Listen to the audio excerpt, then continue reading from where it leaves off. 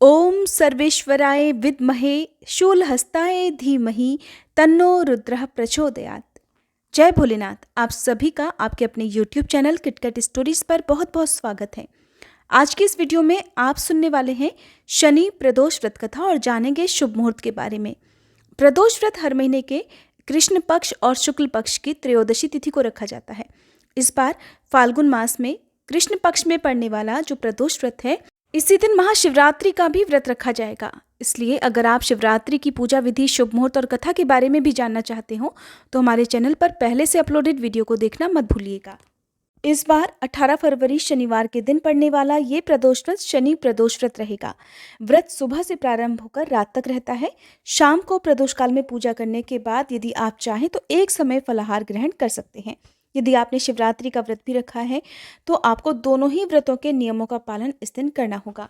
त्रयोदशी तिथि प्रारंभ होगी 17 फरवरी शुक्रवार की रात 11:37 से, जिसकी समाप्ति 18 फरवरी शनिवार की रात 8:02 तक हो जाएगी।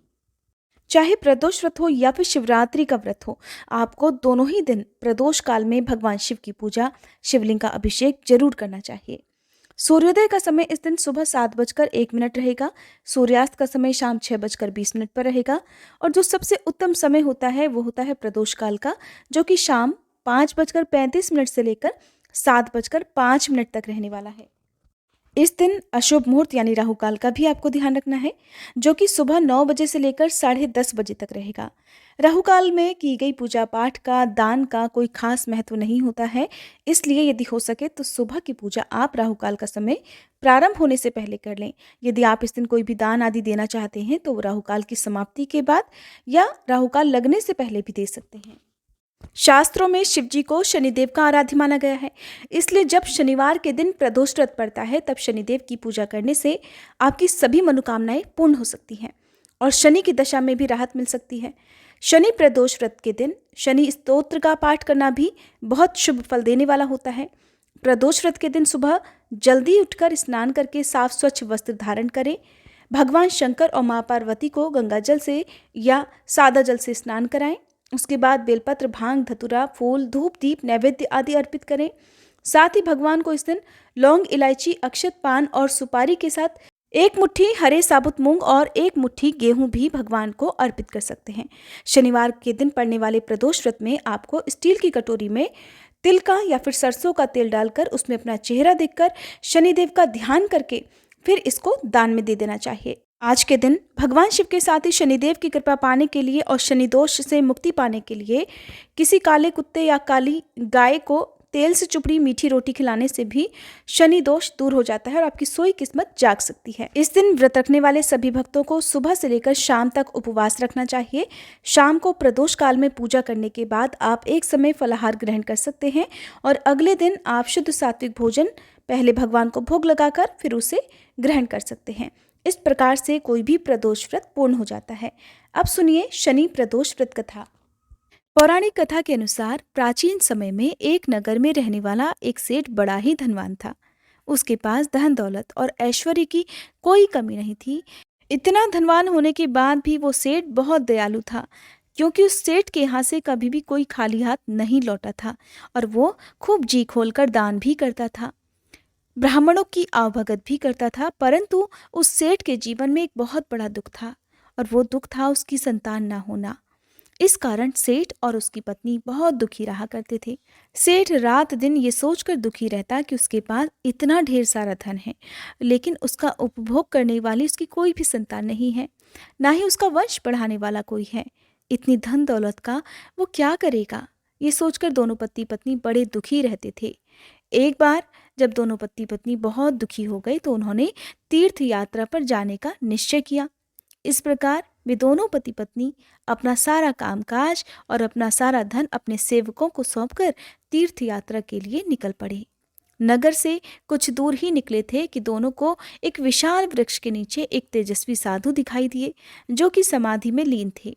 साधु को देखकर दोनों के मन में विचार आया कि क्यों न अपने तीर्थ की शुरुआत साधु महाराज का आशीर्वाद लेकर ही की जाए। साधु महाराज का आशीर्वाद लेने के लिए दोनों सेठ और सेठानी उनके सामने हाथ जोड़कर समाधि टूटने का इंतजार करने लगे। इंतजार करते करते सुबह से शाम और शाम से रात हो गई, पर साधु महाराज की समाधि नहीं टूटी। इसके बाद भी दोनों पति पत्नी प्रतीक्षा करते हुए वहीं बैठे रहे। आखिरकार अगले दिन प्रातःकाल साधु महाराज समाधि से उठे तो उन्होंने देखा कि दोनों पति पत्नी हाथ जोड़कर वहां उनकी समाधि टूटने का इंतजार कर रहे थे।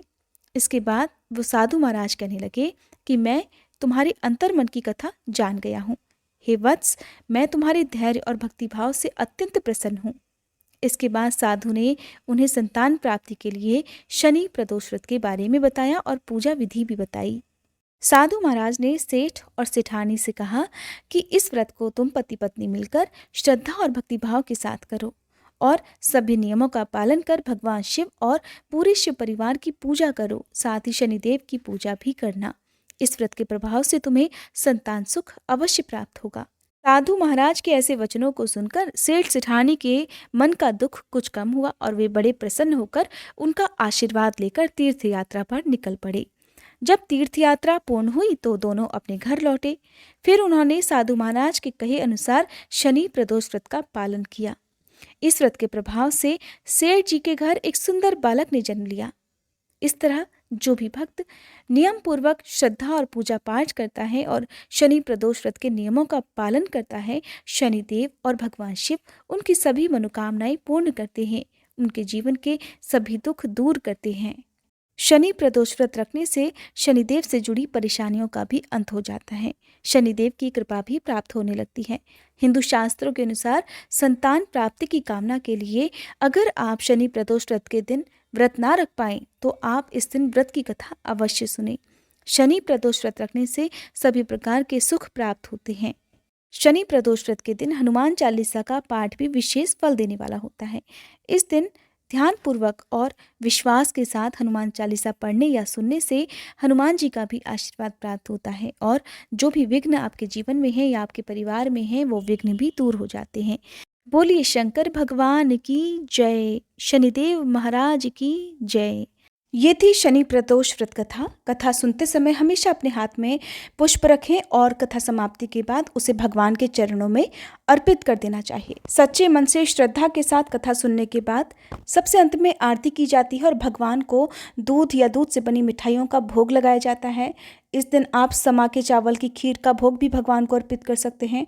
इसके अलावा आप आलू या फिर लौकी का हलवा या फिर साबूदाने की खीर का भोग भी भगवान को अर्पित करके उसी को प्रसाद रूप में खुद भी ग्रहण कर सकते हैं। कोई भी व्रत बिना मंत्रों के जाप के, बिना दान के या बिना दक्षिणा के अधूरा रहता है। इसलिए इस दिन अपनी सामर्थ्य के अनुसार भूखे लोगों को आप भोजन करवा सकते हैं या किसी निर्धन जरूरतमंद व्यक्ति की किसी जरूरत का सामान उन्हें दान में दे सकते हैं। अन्न धन दक्षिणा का दान भी इस दिन आप दे सकते हैं। ये वीडियो अगर आपको पसंद आई हो तो प्लीज़ वीडियो को लाइक करके हमारे चैनल को सब्सक्राइब करना मत भूलिएगा। और आजकल हमारे इसी चैनल पर आप हर दिन फाल्गुन मास महात्म्य की कथाएं भी सुन सकते हैं। अगर आपने इन कथाओं को एक बार भी नहीं सुना है तो ज़रूर सुनिएगा, जिसमें आजकल भगवान शिव से संबंधित कथाएं सुनाई जा रही हैं।